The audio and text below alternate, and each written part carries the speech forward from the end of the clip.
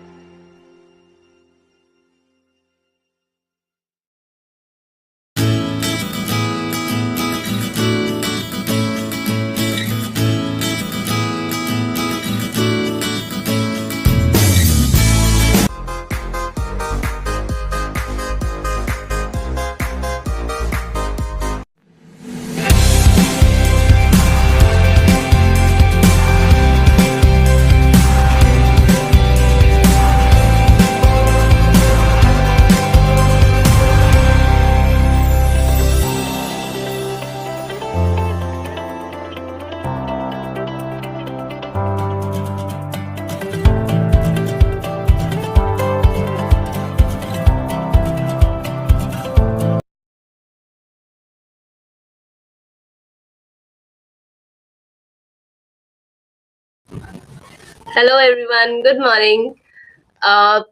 So we have entered second week of Dental Reach conference. Yay! For those who are following us, just a word, thank you so much for being here and listening to the scientific sessions, being actively a part of the Dental Reach conference. And for those who are listening to us for the first time, I'm talking about Dental Reach Digital Conference and Awards 2020. This is a 1 month long virtual dental conference, in which we have almost 40 speakers from all over the world, the masters in their field, talking about their fields of expertise and whatnot. I myself am Dr. Pallavi Mahajan. I am an endodontist, a writer, a spoken word artist, and your host for all the scientific sessions which we have scheduled for Thursdays, Saturdays, and Sundays in the month of November. So every Thursday, Saturday, Sunday, you are going to see this space and listen to this voice in the beginning. As I said, we have 40 plus speakers on board. 4 speakers have already been here. We saw speakers from Australia, from USA, from India itself, and very informative sessions. Most of the sessions are available on YouTube and Facebook, as well as DRDCA app. So basically, there's an app called Eventi. Download and register yourself for DRDCA conference. If you have not registered yourself for conference, you'll be able to see all the lectures, all the sessions, but you won't get the certificate, neither you will get CD points, and also you cannot take part in many other activities that we have planned for you. So make sure that you register yourself and be an active participant in this conference. So talking, as I said, scientific sessions every Thursday, Saturday, and Sunday. So today there are 2 sessions. One now, 11 o'clock. Another one will be at 4 o'clock. We have 3 speakers joining us. And the best part about today is it's my favorite day because it is Endo Day. So being an endodontist, I am so looking forward to these sessions because learning is a continuous process, right? I finished my MDS in 2016, but still post that there have been so many innovations, so many instrumentation like file systems in the market that you need to upgrade yourself. Henry Ford also said about learning, and it's a very interesting quotation, that anyone who stops learning is old, whether at 20 or 80. Anyone who keeps learning stays young. So the greatest thing in the life is to keep your mind young and keep learning, keep learning, keep learning. On that note, let me introduce you to the first speaker of today, Dr. Niharika Jain. Dr. Niharika Jain Gupta. She is a microendodontist practicing in Jabalpur, India. She is a key opinion leader for various dental companies like Micromega, Meta Biomed, Bombay Dental and Surgicals. She is an associate professor in Triveni Dental College and Hospital, Bilaspur, a research collaborate to PhD research projects at IITM Jabalpur, also a fellow, International College of Dentists. Dr. Niharika is going to talk about endotactics. So I love that name, endotactics, which means mastering the art of endodontic instrumentation. Now, who doesn't want that? I think everybody wants to master that art because it will save us so many things, so many blunders that we do. So yeah, let's learn instrumentation with Dr. Niharika. The lecture will highlight the integration of latest instrumentation principles and designs to achieve predictable endodontic treatment results. That's wow, right? So let's welcome Dr. Niharika Jain on board. Dr. Niharika Jain Gupta, screen is all yours. Thank you so much, Dr. Pallavi. Thank you for the wonderful introduction. And I love the lines by Henry Ford, who says Yes. that learning is an everlasting process. We should always learn. And obviously, Dr. Roxon, Dr. Nupur, Dr. Manu, Dr. Ashwani, and you, and many more who are behind this beautiful conference have initiated this platform for the beginners, for the masters, and for the experienced clinicians to upgrade their knowledge and enhance their skills. Well, Thank thank you you so so much for much. the wonderful introduction and making me a part of this conference. Well, with my presentation, can I start it now? All right, yes. So, it goes, just a minute, please. I was talking to Dr. Roxon and Dr. Nupur this morning, Dr. Pallavi this morning, that it's a weird feeling to talk to screen when you are in live webinar sessions.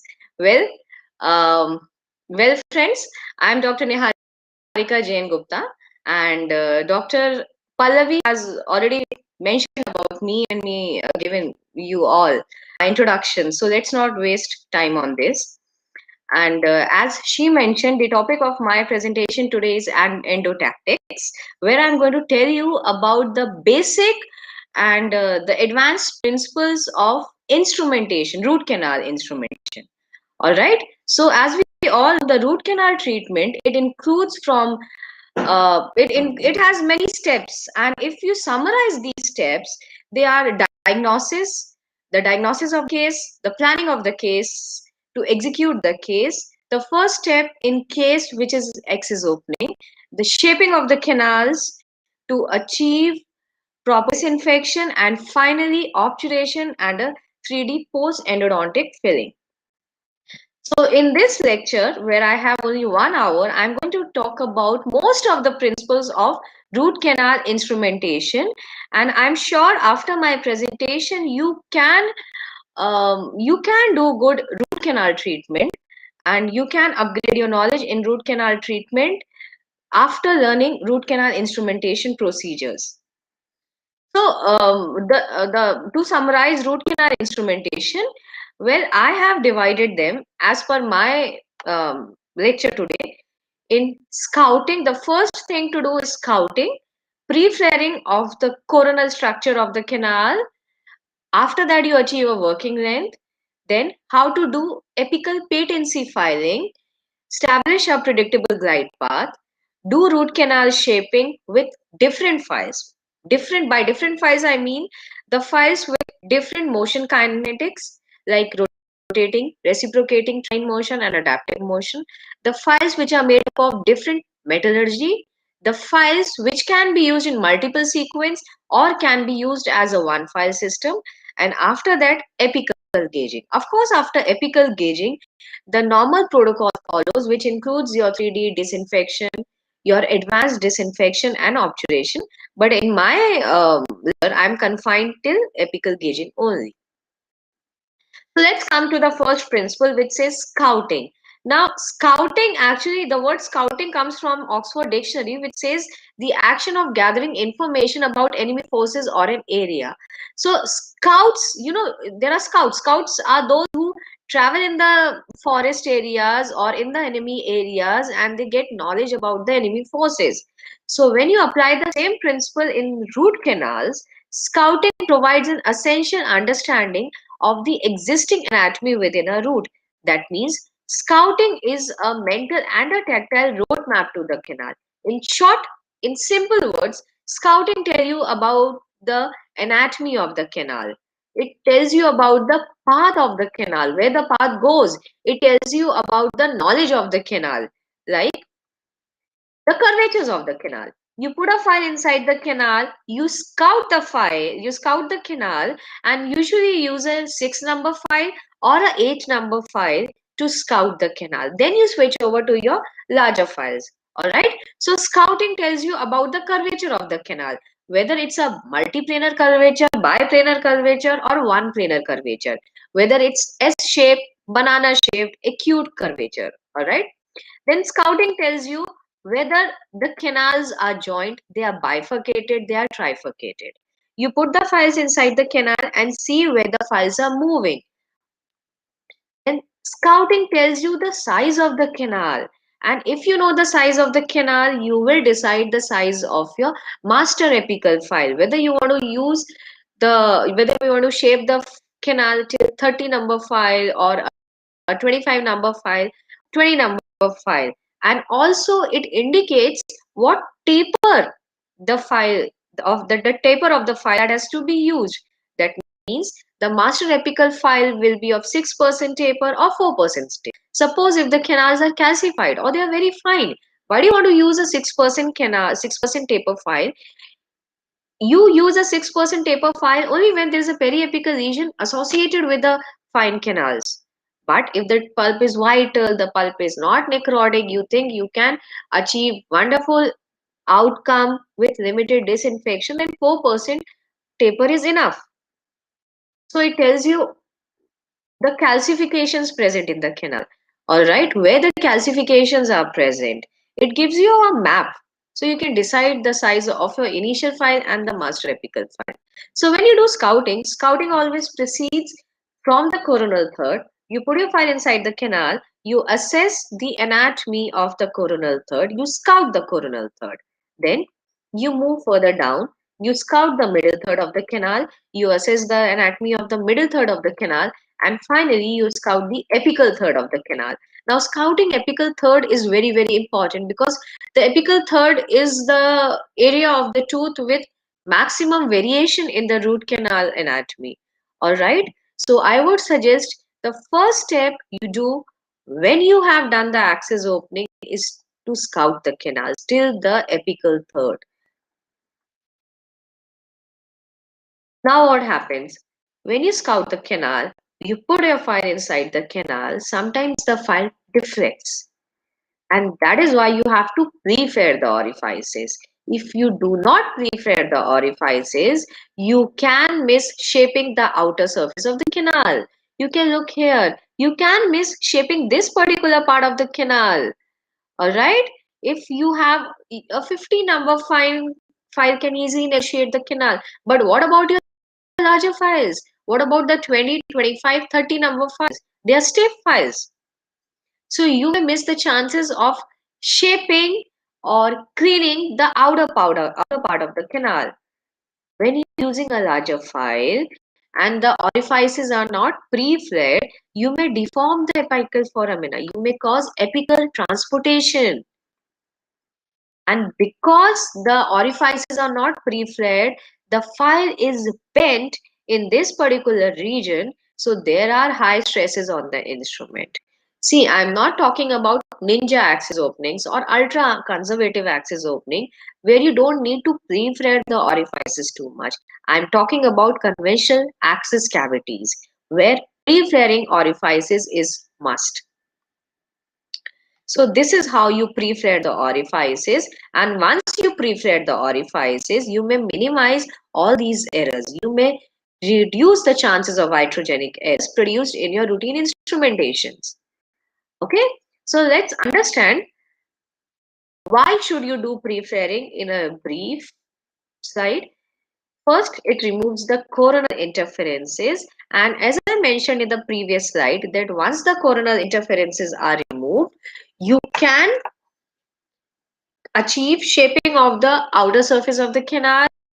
You can avoid any iatrogenic errors including apical transportation or instrument separation because of excessive stresses applied on the file during shaping. Then it reduces the chances of working length changes. What happens when you put your file inside the canals, and finally, when you put the master file inside the canal, there is a discrepancy in the working length. So that discrepancy can be minimized up to an extent by pre-flaring. Third, it improves the determination of the apical diameter. It maintains the anatomy of the apical diameter and improves the determination also. Then it improves the precision of the apex locators, and obviously it produces less crack formation because by pre-flaring you are putting less stresses on the file and you're also putting less stresses on the surrounding radicular dentine. So because of less stresses, there are chances of less crack formation. And remember, crack formation during rotary instrumentation leading to vertical root fracture is the biggest problem encountered after endodontic treatment. Once you have done pre-flaring, there is also reduced chances of extrusion of debris beyond the foramina into periapical. Now the question arises, how can you achieve effective or predictable pre-flaring? There are two concepts. One was the former techniques where we used to use gauge drills and piezo to achieve coronal enlargement. But the recent techniques relies on night-eye orifice openers, like you have SX by Dentsply or one flare by Micromica. So this is a diagram showing gate skeleton trail number 1, 2, 3, 4, 5, 6, and they are most commonly used for enlarging the orifice or coronal one-third of the canal. Why? They have a non-cutting net. That is one good part. Okay, they don't uh, lead to through and through perforation, but they are self-centering. Self-centering means they keep on rotating at one particular point. They keep on rotating like this. So because of this, when you put a gate skeleton file inside the canal, there are chances of perforation of inner wall of the mesial roots or perforating the furcation areas or the curved areas of the root canal. So they are very, very risky, especially in the cervical areas and high risk anatomy areas where they can cut through the furcation and cause strip perforations, which is actually difficult to repair. And studies have shown that if you use a night-eye based orifice opener in comparison with gauge skeleton drill, gauge skeleton drills produce more crack formation on the radicular dentine. So it's always advised to use a night-eye based orifice opener if you want to play safe during root canal procedure. This is the one which I use routinely in my practice, and I'm using it since 3 years without any change in the armamentarium. I use one flare, and this is a heat treated instrument. The best thing about this file is that it has a tip size of 25. That means the tip size is 0.25 millimeter diameter, and it has a taper of 9%. You can see here the cut blades are only at a distance of 13 millimeter. All right, and after 13 millimeter it doesn't cut. The maximum diameter of this file is only 1 millimeter. So the maximum amount of dentine you are removing is confined to produce a root canal dimension of only 1 millimeter in the coronal one third, which is quite acceptable. So in this principle, this file is very minimally invasive and less damaging to the surrounding radicular dentine. And this is the principle why I really like the file most.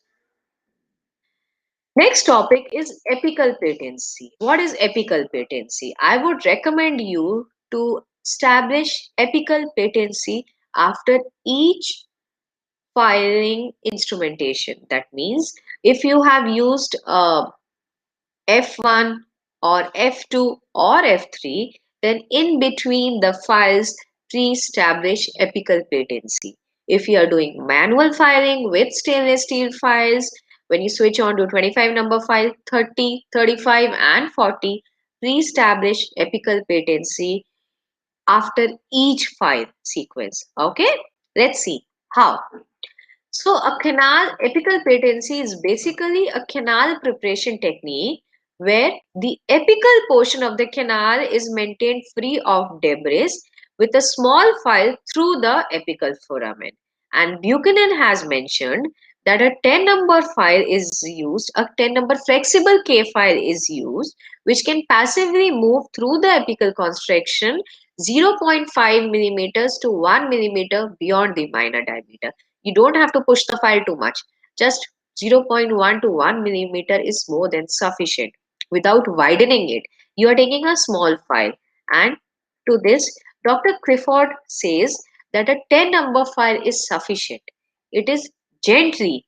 You push the file, you move the file very gently, deliberately.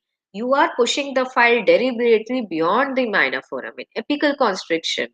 Reproducibly, it reproduces the glide path and very minutely. You don't have to widen the apical foramen at all. So why do we do that? First, it maintains the glide path. It maintains the glide path free of debris. Whatever debris is produced during root canal instrumentation procedures, or the debris may contain necrotic dentine, organic components of dentine, bacteria, or the debris, the shavings, dentinal shavings. So you are actually clearing the apical constriction of these things, which can further lead to periodontal, apical periodontal disease, periapical disease. So by apical patency, you are maintaining a glide path throughout the procedure. It provides you the knowledge of anatomy of root canal curvature. You can assess where the canal curves, whether it's curving buccally or lingually or mesially or distally. And it helps you to estimate the working length precisely.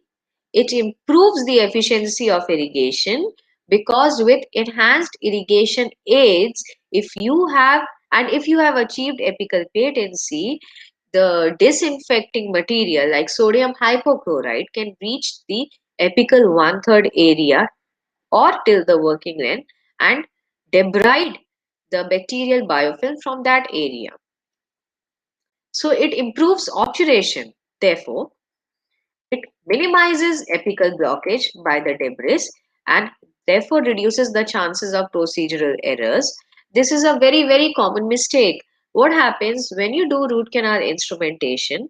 Suppose your working length is 21 millimeter, and if you have done your root canal instrumentation till 21 millimeter, after that, when you put your master cone never goes till that way. Alright, it reaches either 18 millimeters, 17 millimeters, 19 millimeters, it never reaches 21 millimeters. So, to avoid this problem, I would recommend you to establish apical patency. Keep on establishing apical patency. Use a 10 number file, put it gently, push it gently beyond the apex. Alright, and then switch on to your higher instrument. So, definitely because the apex is free of any bacterial debris or the dentinal shaving, it reduces post-operative sensitivity and it causes mechanical disruption of biofilms which are adhered to the apical constriction. It also relieves apical pressure by depressurization at the periapex.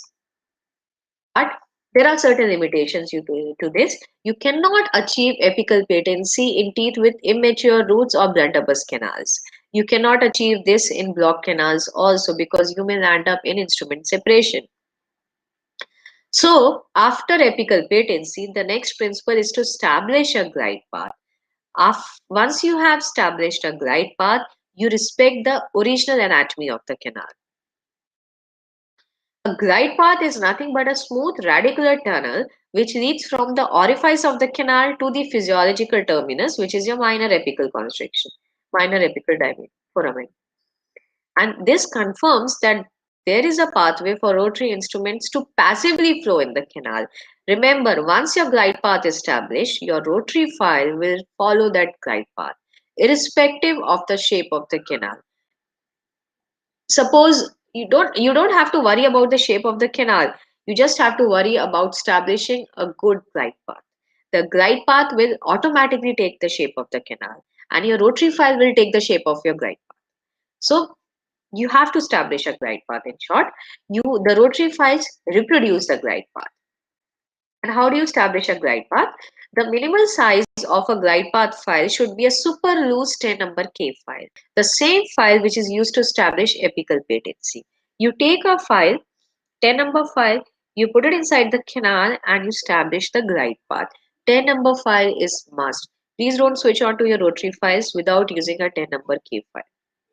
Alright? And only after establishment of a glide path up to a size 10 number K file, it can be enlarged manually or mechanically. That is the point which I mentioned. Please use a 10 number file, and after using a 10 number file, you can switch on to your larger files.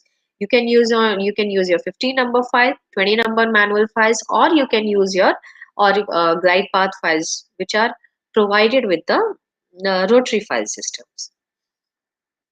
So as I mentioned, there are two methods to establish glide path. One is the manual method and the other one is the mechanical method. Manual method says that you have to use a 10 number file, you have to use a 15 number file, and then you use a 20 number file. I was fortunate enough to attend a workshop by Dr. Stephen Cohen that was in the year 2010, 10 years back. And sir suggested me that irrespective of any rotary system in the world, if you are establishing your glide path with a 20 number K file, you can use any file in the canal without iatrogenic errors. So that was the mantra he shared with me. Now, coming to the mechanical aspect of glide path establishment, you can use any file systems which are used to establish glide path. There are a number of file systems available. You can use G1 and G2. Then you have 1G. 1G is my favorite file system. Then you can use path files by Dentsply. You can use ProGlider by Dentsply. This is again a wonderful tool, and this is a reciprocating handpiece. I'm going to discuss about this handpiece in my future slides. This hand the best thing with this handpiece is that you can attach it to your micromotor coupling, and you can use your 2% hand file, attach it with the reciprocating handpiece, and establish glide path. So let's come to manual glide path files. The manual glide path files are, as I mentioned, they are 10 number, 15 number, and 20 number. 10 number file is must. So you can use a 10 number K file, which is your 2% file. You can use your C plus files. The C plus files comes in variable taper, and then you can use your C pilot file. Now let's understand this slide. If you're going to use a 10 number K file, then after a 10 number K file, you're going to use a 15 number K file. And after a 15 number K file, you're going to use a 20 number K file, right? That is one protocol. Now the other protocol says that after 10 number K file, you can use 1G. Let's see how. If you're going to use a 10 number K file, what is the tip size of a 10 number K file? This is 0.10. And what is the tip size of a 15 number K file? 0.15. Now let's see the difference at D4. Okay, D4 means the diameter of the 10 number K file is 0.18 millimeter. At D4, that means 4 millimeter from the tip, the diameter of a 15 number K file is 0.23 millimeters, right? In comparison, if you look at 1G, 1G is the tip A size is 0.14 millimeter and the taper is only 3%. Okay, like in your K files, you have 2% taper. In this system, you have a 3% taper, but the tip size is less than your 50 number K file. You can see the tip size at D0 is 0.14 millimeter. All right, and at D4, this is 0.26 millimeter. So actually, with the change in the cross section and with the change in the taper, you can achieve the same amount of dentine removal or dentine shaping at a lesser length of the file. So that's a very advantageous principle when you use 1G. It has a variable cross section. It doesn't produce screwing effect. It cuts the dentine, it establishes a glide path, and at the same time, it helps to remove more and more debris from the canal. Okay, this has an asymmetric cross section and enhanced cutting action. All right. Remember, the tip size of 1G is 14 number. 14. That means 0.14 millimeter and the taper is 3%. So if you're going to use a 50 number file, why don't you switch on to a 10 number K file? Use 1G and then use your 4% file. So your sequence will be, you're going to use a 10 number K file which is 2%. You're going to use a 1G which is 3%, and then you're going to use a file which is 4%. So you are actually moving on to 2%, 3%, 4%. Instead of, when you, if you're, suppose if you're going to use a 10 number K file and a 15 number file, that means you're going to use a 2% file, then directly you are going to switch on to a 6% file. So what do you think is best? For me, the best sequence is 2% file, then a 3% file, and then a 4% file, and then a 6% file. I follow this principle strictly in my clinic. Look at 1G. Look at this file. The uh, the taper of the more, and when you compare with your 50 number file, but look at this, how beautifully this has negotiated the canals. So studies have suggested that manual pre-flaring reduces instrument separation and the torsional stresses on the file, leading to enhanced longevity of the file. Also, there were studies by Dr. O.A. Peters. There was a study by Dr. O.A. Peters in the year 2003, and he suggested that while high forces were used in some cases, no pro-taper instrument fractured when a patent glide path was present.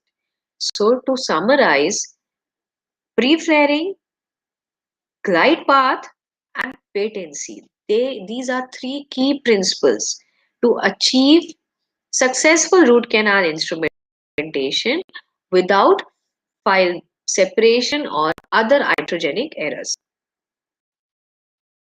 Let's come to this point.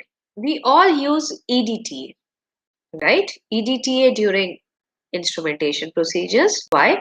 Because this provides you lubrication, it lubricates the canal, it causes emulsification, it causes chelation, and it acts as a surfactant.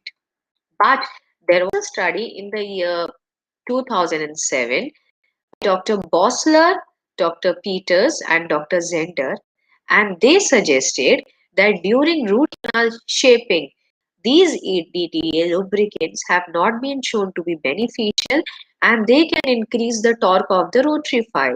So once the torque of the rotary files have increased, the chances of separation of the rotary file increases. So flooding the canals with sodium hypochlorite reduces torque and promotes disinfection also. Alright, so instead of using a viscous chelator to flood the canal, when you're using a rotary file, it is always better to flood the canal with sodium hypochlorite. But the conditions vary. Let's see how. Use a rotary file only after glide path preparation. When you are doing initial filing procedures like glide path preparation, pulp extirpation, you flood the chamber with chelator. You cannot use hypochlorite in that case because if you have used hypochlorite, hypochlorite is a proteolytic agent. So in that case, it will clog the organic components within the canal, which will hinder the removal of complete pulp tissue. But when the canal is non-vital or the pulp is non-vital and the canal has non-vital pulpal debris, or if you have achieved initial filing procedures like establishment of glide path, flood the pulp chamber with sodium hypochlorite. Why? Because sodium hypochlorite, as proved in the studies, reduces the amount of torque uh, acting on the rotary files. So once the amount of torque is reduced on the rotary files, the chances of file separation also reduces. Now, let's come to root canal shaping files. Root canal shaping files. Here I'm going to talk about motor driven night eye rotary shaping files. Now, motor driven night eye rotary shaping files, they can be classified according to metallurgy. Metallurgy means like you have CM wire, you have C wire, you have R phase, you have M wire, or they can be classified according to the motion in which they are used. Like they can be used in rotary motion, like your rotary root canal files, they can be used in reciprocating motion, they can be used in adaptive motion, or they can be used in transline motion. Then these motion driven root canal files, they can be the multiple sequence file. Like when you talk about ProTaper, in ProTaper you have shaping files, you have finishing files. When you talk about two shape, you have a TS1 and TS2.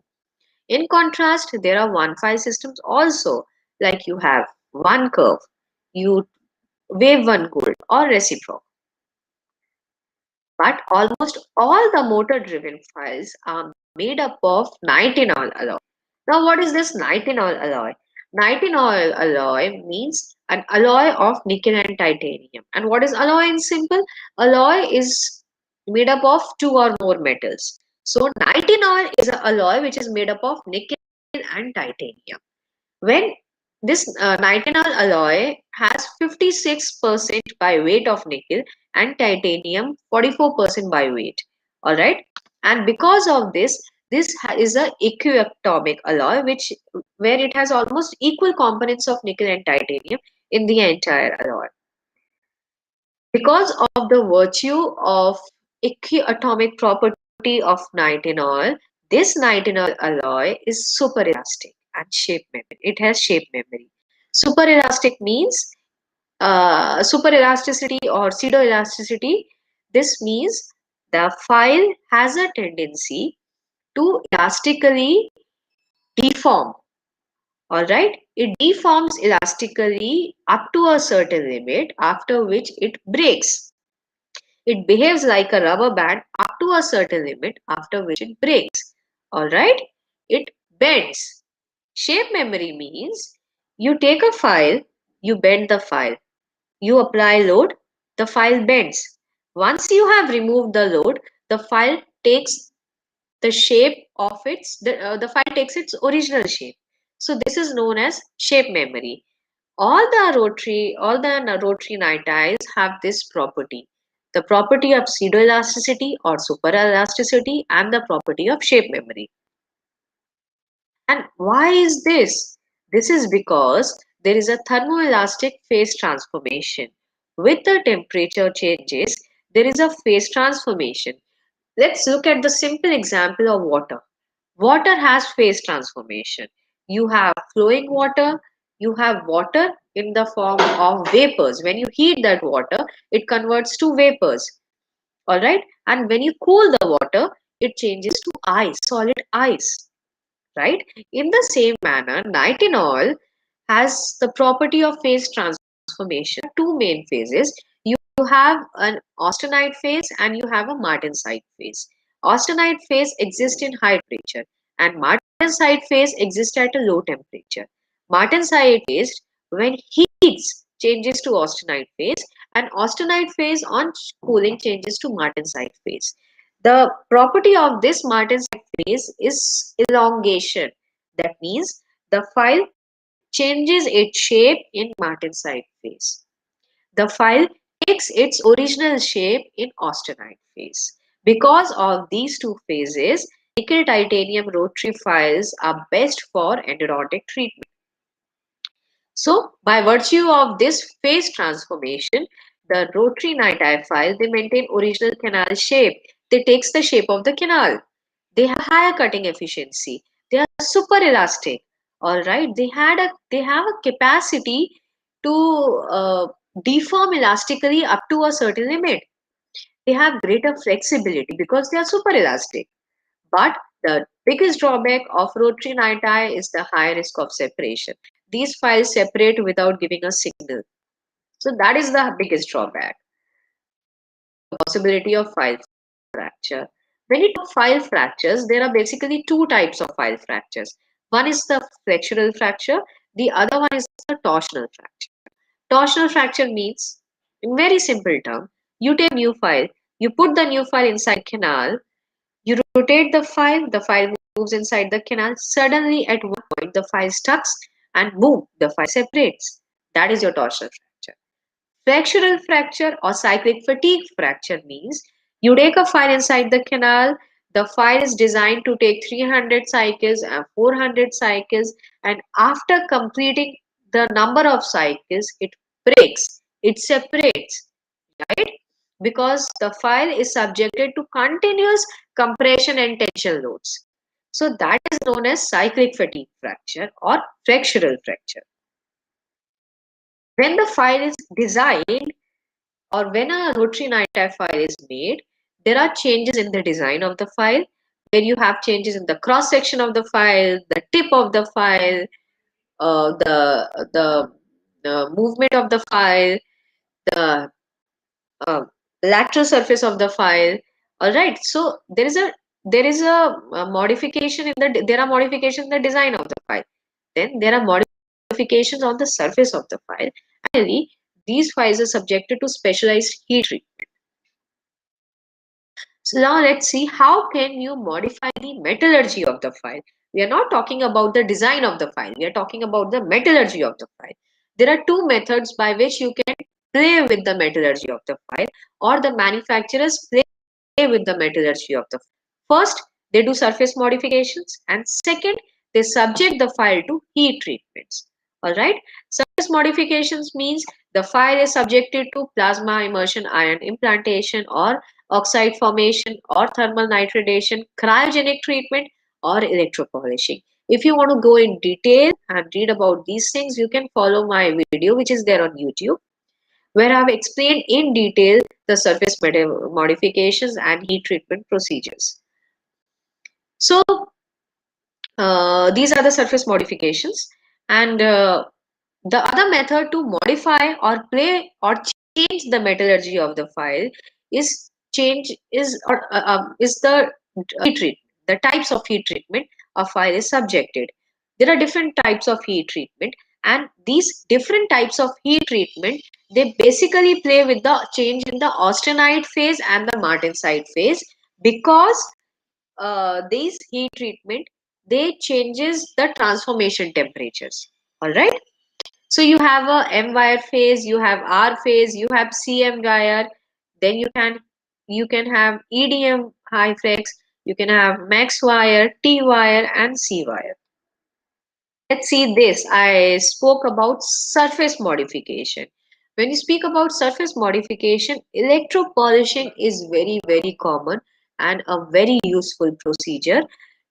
It has been proven scientifically also. You can see the first diagram. This is before electropolishing, and you can see specks of metal impurities there. What are the problems with these? These metal impurities which are present on the surface of the file, they can act as initiators for crack propagation in the surrounding radicular dentine. They induce cracks, and these cracks, they propagate during instrumentation, leading to root canal fractures. They do fractures of root canal treated teeth subsequently. So electropolishing is a method by which these surface impurities are removed. You can see the diagram here. It's beautiful. The file is absolutely neat and clean. This is what we want. Now, let's come to the next principle, where I mentioned that you change the surface of the file, or you change the file by subjecting the file to different heat treatment. And how the heat treatment can affect the mechanical properties of the file. Let's see. It transforms the alloy in a slightly different crystalline phase structure. This different crystalline phase structure is highly resistant to cyclic fatigue. Okay, fracture. It has a high cyclic fatigue resistance. It increases the flexibility of the file. It makes the file more efficient for preparing curved canals. That is why you see these days files which are golden in color. That means those files have been subjected to special heat treatment. And each company has their own heat treatment. Like Micromega, they have a heat treatment, patented heat treatment, where they produced a C wire technology. Okay. M wire is a heat treatment which is patented by Densply. EDM Hyflex by Colty. So each manufacturer have their own patented heat treatment.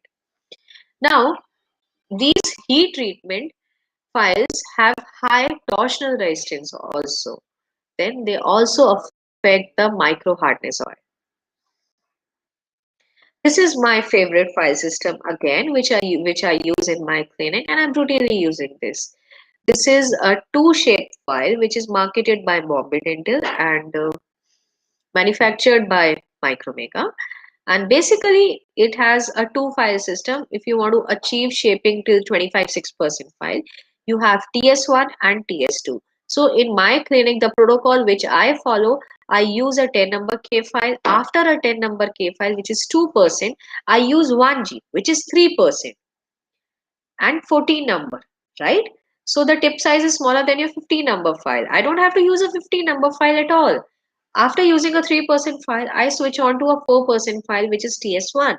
TS1 is 20 number 4% file. And after my 4% file, I switch on to my 3% file, which is TS2. The tip size is 25. So I'm absolutely safe. If I want to achieve the if I want to achieve 25 6% diameter of the apical constriction, my protocol is very simple. 10 number, 1G, TS1 and TS2. That's all. So as I mentioned, Micromega has their own patented heat treatment. And when you talk about their file systems, the file systems are first electropolished. By electropolishing, surface irregularities are removed, and the chances of or the longevity of the file increases by reducing crack initiation and propagation. In the second step, the electropolished file are subjected to heat treatment, which increases the flexibility of the file and fracture resistance of the file. There are studies which say that heat treatment actually enhances uh, 80% more the flexibility of the file. So just to share, this is a case that was done with TS1 and TS2, and you can see TS2 was used. I did not use TS1. I used only TS2 because the canals are pretty large, and TS2 was used to remove the gutta perca and shape the canal also. So I have shared only one case where this is just to show you where only one file system or a modified one file can be used to remove gutta perca and prepare the canal simultaneously. This is other case that was referred to me, and GP was removed. The canals were shaped using TS1 and TS2. Protocol was 10 number, 1G, TS1 and TS2. I did not use one flare in this case because the orifices are already enlarged. And a new sealer was used. This is our latest bioceramic sealer, which is marketed by Bombay Dental. The same sealer was used to repair the perforation and to fill the canal with gutta perca. Look at this. There was a perforation in mesiobuccal canal, all right, and towards the inner side. So the same sealer was used to fill the canal and repair the perforation because of its bioceramic nature or bioceramic composition. Now let's come to the motion kinetics of the root canal shaping files. Well, to summarize, motion kinetics can be rotation, reciprocation, adaptive, or transline. Rotation means the file moves like this. It moves in an angle of 360 degrees. And what is more important, the number of rotations generated on the file around a central axis, which is counted as revolution per minute. And the most recommended RPM is around 250 to 500 RPM. Alright, there are very many file systems available. and just look at this. Just see the motion of the file. This is how the rotary file works. The file rotates. The rotary file rotates like this inside the canal. This is how it works. This is again a beautiful one file system by BDS Micromega.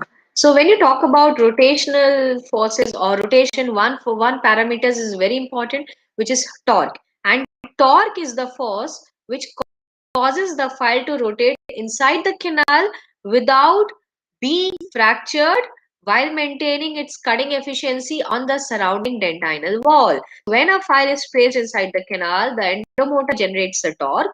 The torque moves the file, and in response to the torque which is applied on the file, which helps the file in moving, rotation of the file inside the canal, there is generation of reactionary torque. RT is the reactionary torque which is generated in response to the torque applied on the file. So when you apply the torque on the file, reactionary torque is applied by the radicular dentine, because every reaction has equal and opposite reaction. Every action has equal and opposite reaction. And the torque is calculated by simple formula. Each file system has its own torque, which is decided by the manufacturer. You are no one to change the torque of the file, because the torque of the file is the inherent quality. All right. Whatever torque of the file is mentioned on the system is given with the system. Please follow the same torque. So when the torque equals to your reactionary torque, the file stops. That is why most of the time the file stops when you put the file inside the canal and you just try to move it. All right. When the torque is more than your reactionary torque, the file keeps on rotating where it cuts the dentine, shapes the canal. When the torque is less than your reactionary torque, the file fractures. All right. So you have to be very, very careful. Now, when you talk about speed, speed is directly proportional to the cutting efficiency. More is the speed, more the file cuts. But speed is inversely proportional to torque. For the simple reason, when the speed is more, like speed is 400 RPM, you require less torque to produce cutting action. So your file is safe. But if the speed is less, like speed is only 150 RPM, you require more torque to produce cutting action. You require a torque of maybe 3 or newtons to produce cutting action to make the file move. So at this time, the file may fracture. There are good endomotors, but I would suggest you to use a endomotor which gives you a low torque limit also and a high speed limit. That is what you want. So endomotor with torque control functions are really good. They gives you an option of auto stop, auto reverse, optimal torque reverse, and auto reduction. Let's see what is that. See, you put the file inside the canal, the torque level rises high, and at the maximum limit of the specified torque, as soon as it reaches, the file changes its function. Look at this, the file changes its function. As soon as the instrument specific torque is sensed by the endomotor, the file either stops, which is auto stops, or the file rotates back and comes out. Okay, so what is optimum torque reverse function? The motor continuously rotates the file inside the canal in the clockwise direction, and when the torque exceeds the predetermined value, the rotation changes to reciprocation, right? It moves 90-degree anti-clockwise and 180-degree clockwise. Like this, it moves. So this is torque provoked reversal of the direction of rotation. From rotary, it changes to reciprocation, right? Advantages are it reduces instrument fatigue and prevents file fractures. It enhances the cutting efficiency of the file. Next principle is the adaptive torque reverse function. That means when the file is placed inside the canal and as soon as the file senses the predetermined torque, as soon as the motor senses the predetermined torque, it changes from rotation to reciprocation. But the angle of reciprocation changes. Okay, see, rotation to reciprocation. This is your adaptive torque. Then there are more. which reduce the torque from 4 Newton or maybe from 3 Newtons. It automatically reduces the torque to 1 Newton as soon as they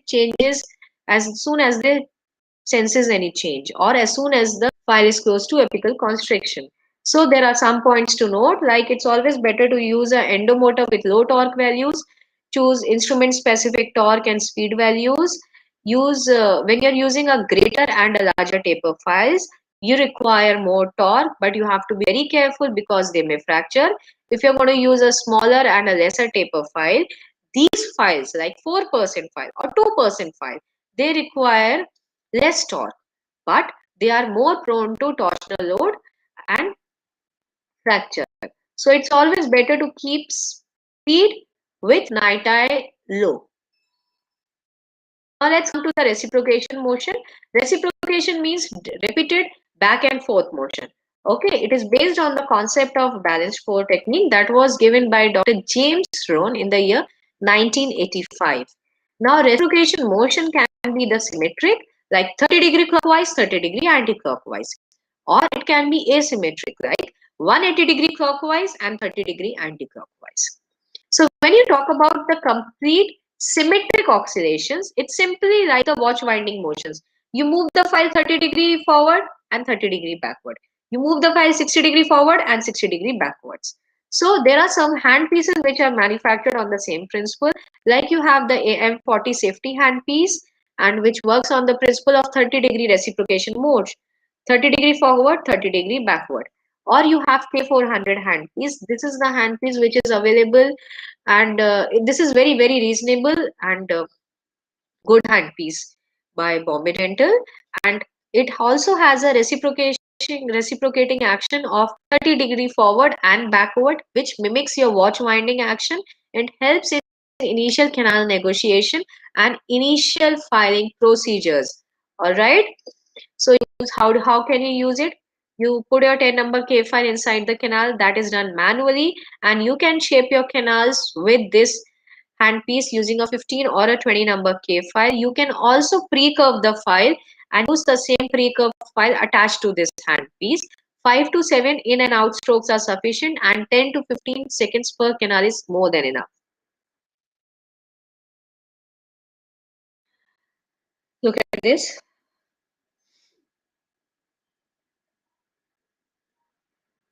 Look at this. This was a case, a lady of 65 years old and age. She visited and she had some function, and we tried to convince her for extraction, but she wanted to save the tooth. So we decided to do a single visit RCD. But you can look here, the coronal part of the canal is calcified. So we tried to locate the canal, but unfortunately, I created a ledge in this case, and this case was the last case in my OPD, so I was really, really tired. Well, no worries. We located the canal again, and here I used K400 handpiece with a 15 number K file and a 20 number K file. I established shaping till 25 number K file, and after 25 number K file I used my rotary files. You can see here, this is how we use it. K files, in and out strokes, very very handy system, like this. And this was my sequence. Well, I have to rush because we are running short of time. So advantages are it produces less file separation, more enhanced cutting, and faster preparation.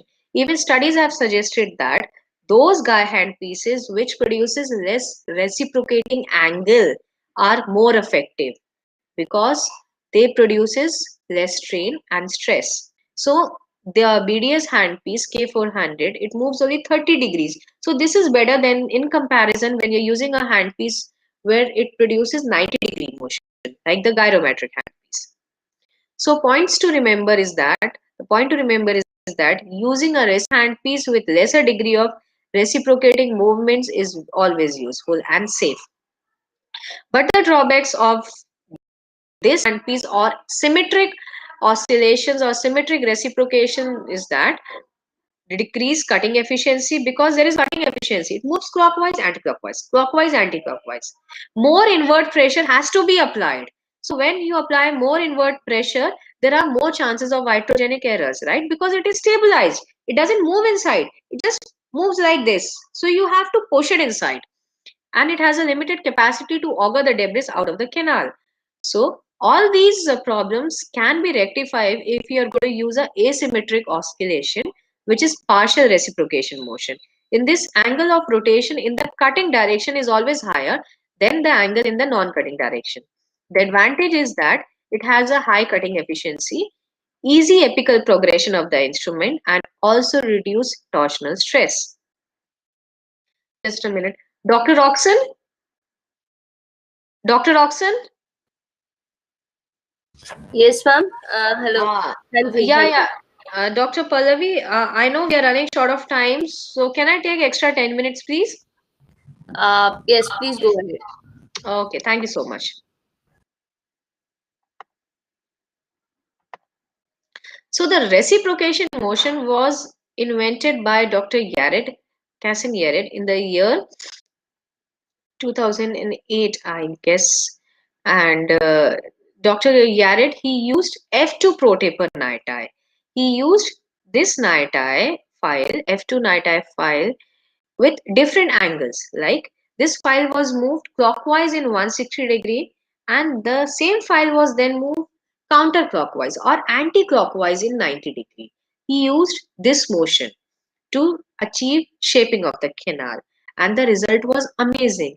He reported that one file was used to prepare the entire canal instead of using the whole sequence of the file. It enhances the fatigue resistance of the file. It reduces the chances of cross contamination from one patient to other patient, and this method proved very cost effective.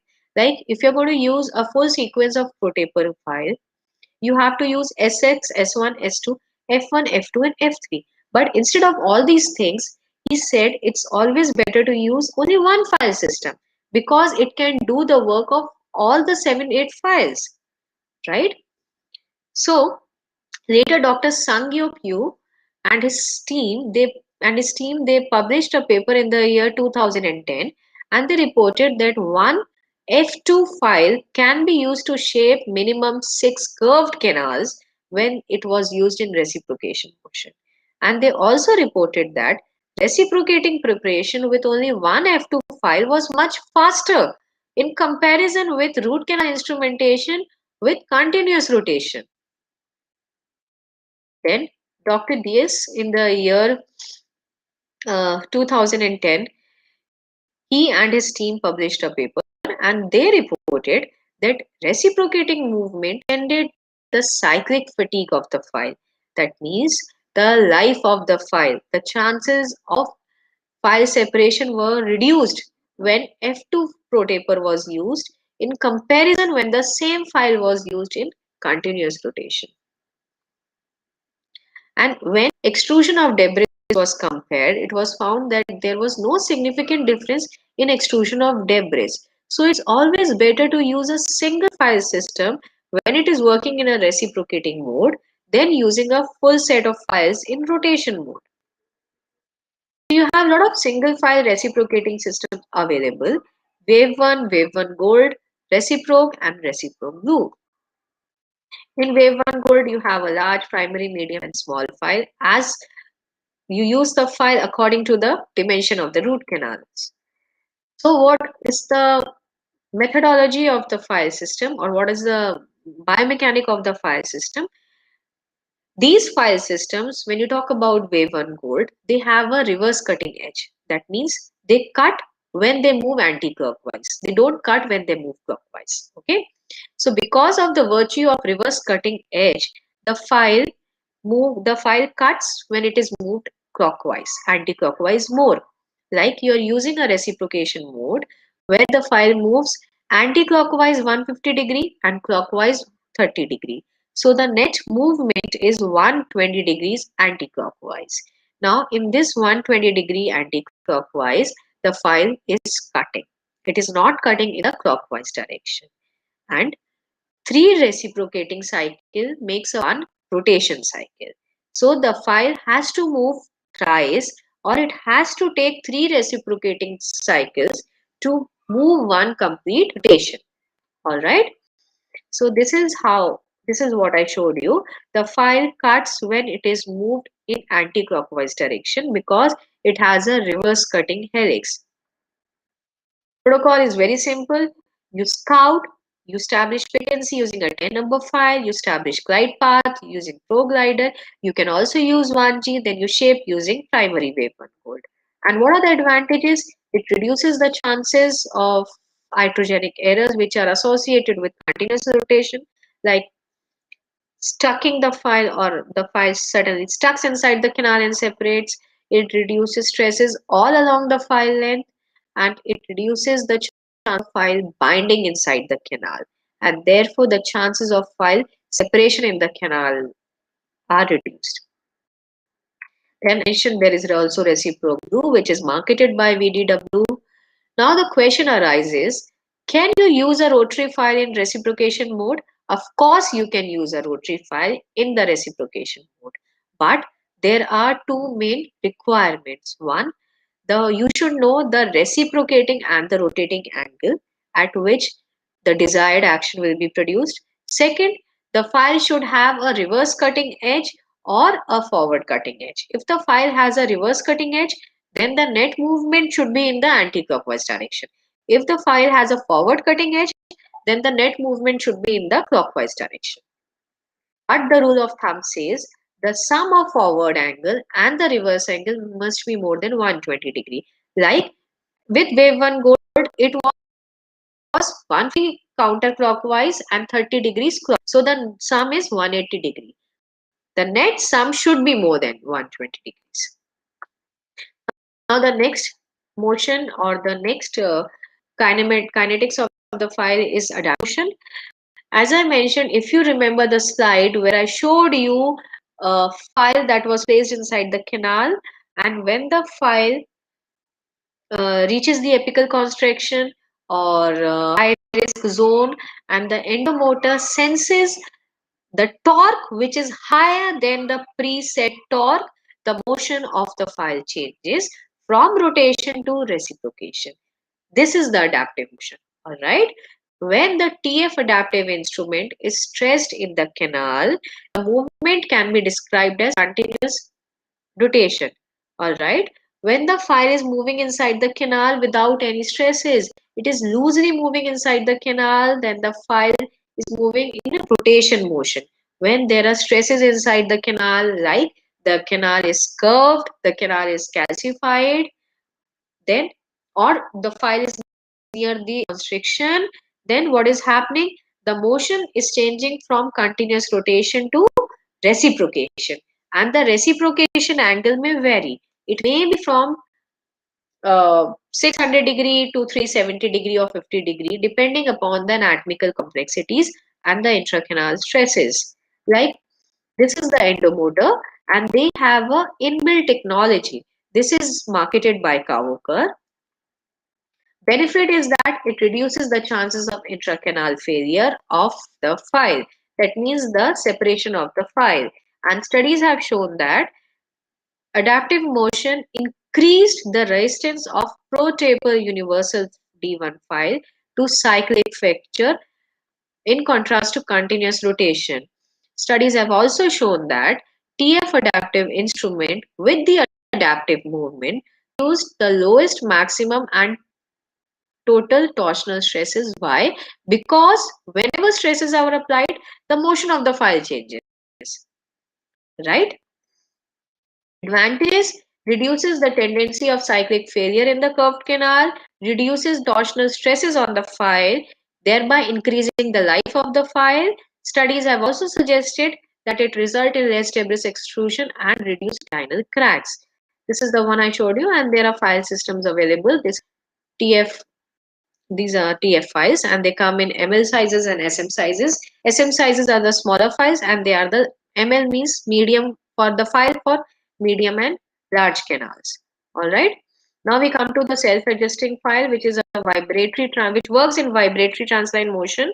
It cleans the file, it shapes the canal. It does everything together, and the man who was behind the manufacturing of these files was Dr. Zevi Metzger. He and his team has manufactured the file. This is the file which is hollow in nature. This is quite compressible. It takes the shape of the canal and it is supplied by irrigation pump. This pump continuously pumps sodium hypochlorite out through the inlet from the attached with the file system. All right, and studies have shown that because it cleans and shapes the canal, it is quite effective in cleaning the canals in comparison with other file systems. These are my cases. I did single visit RCTs with self-adjusting file system, and trust me, I did not give any medication to the patient. I suggested the patient to use anti-inflammatory and NSAIDs only when the patient complained of pain. My patients reported after 24 hours without any pain. Look at these cases. Molar that was done, 3D cleaning that was achieved. Then studies have also suggested that SAF produced minimum debris in comparison with your rotary files and hand files, and in comparison with XP endofinish. So we did a study and we reported that post-operative pain was significantly with in the patients where canals were shaped with SAF file in comparison with rotary or reciprocating file system. So the last topic for today's presentation is apical gauging. Apical gauging means what? To measurement. So apical gauging means to measure the apical diameter or shape of the canal after crown down shaping. Basically, it gives you an idea about the apical anatomy of the canal and apical preparation. Apical gauging is done after you finish your instrumentation procedure. Okay. So how do you study apical gauging? There are three methods, one tactile, second visual, and the other one is master cone, which is commonly known as tuck back technique. Okay, and how do you do by tactile sensation? You put your file inside the canal. Suppose you're taking a 20 number file, the 20 number file goes beyond the working length or it goes into the periapical tissues beyond the minor foramen. That means this is not the file. 35 is short. If 25 is the working length, that means your canal is prepared till 25 number file. The apical diameter is prepared till 25 number file. The rule of thumb is you should always use a 2% ITI file because they are hyper flexible. They can negotiate the curved canals well and therefore they are more accurate. Visual gauging method means you put your file inside the canal. After achieving complete instrumentation, you take the same size. Suppose your master apical file is 25 6%. That means you take a 25 2% file, NITI file preferably. You put the file inside the canal till the working end, take the file out and assess the file. If you can see fresh dentinal shavings there, that means the rotary file has reached the apical area, right? If you cannot see anything, your file is absolutely clean. That means the area is touched by the rotary file. So you have to refine your preparation. Again, the last method to assess gauging is by using a master cone and use GP cone with a taper which is smaller than the prepared canal. Suppose you have enlarged the canal till 6% file, it's always preferred to use a smaller taper GP cone. Okay, the Gattaparka cone should only bind at the apex and not all along the length. Mistake what we do. Tuck back, which is very, very important. Please understand the definition of tuck back. Slight frictional resistance of the master point to withdrawal. When we take the GP out, you should feel slight force, slight resistance. Okay? It indicates a relative degree of adaptation, at least in 2 dimension. And why it is important? Because it helps to assess whether you have achieved a better apical seal, the canal preparation, whether it's matching the master point closely or not. If it is done, obturation is likely to produce better sealing and GP will not be extruded out of the foramina. So this is how you do. You put your gutta perka should be of the same size but less taper. All right. This is your true tuck back and this is your false tuck back where the GP binds at the side. This is what we don't want. So how should you check? The canal should be prepared and clean. Always check the master cone with the wet canal, not the dry canals. Gauging is done to decide the master cone. Insert the cone inside the canal gently and check whether it's binding or not and where it's binding. Remove the cone, inspect and see where it's binding. This is what you should see. It should bind only at the apex, not on the sides. So that's all for today. Thank you so much. And you can follow me on Facebook, Insta, LinkedIn, and YouTube. And because of time limit, I actually constrain myself. I try to constrain myself. And if you want to really go through the entire lecture series, you can follow me on YouTube. Thank you so much. Thank you so much. And I understand that endo is such a vast topic that it could take up more than 45 Yes, minutes. yes, yes. And but very, very well explained, and I think Thank you, everything thank was you, covered. In thank fact, you. there was a question which you already answered. In fact, there are two, three questions that you already answered in your presentation. So one Hmm. quickly, it will be a rapid fire round kind of thing now with Yes, you. yes, sure, please. I'm So ready. first question is sequence of irrigation that you use. Sequence of irrigation that I use. Okay, I use 3% sodium hypochlorite. I activate sodium hypochlorite with sonic activation or ultrasonic activation after heating it in canal. Okay, within the canal. Then I used EDTA as my final irrigate. I don't use chlorhexidine that much in my routine practice. Okay, okay. So I think the question who asked the question got the answer. Another question, ma'am. You mentioned TS2, that two Yes, shape two you use for removal of GP. So yes. Dr. Shrikant asked that is it recommended? Like, can we use, or there's a separate file system also available in two See, shape? manufacturers they don't recommend TS2 for removal of gutta perca. Okay, they have only manufactured TS2 for shaping the canals.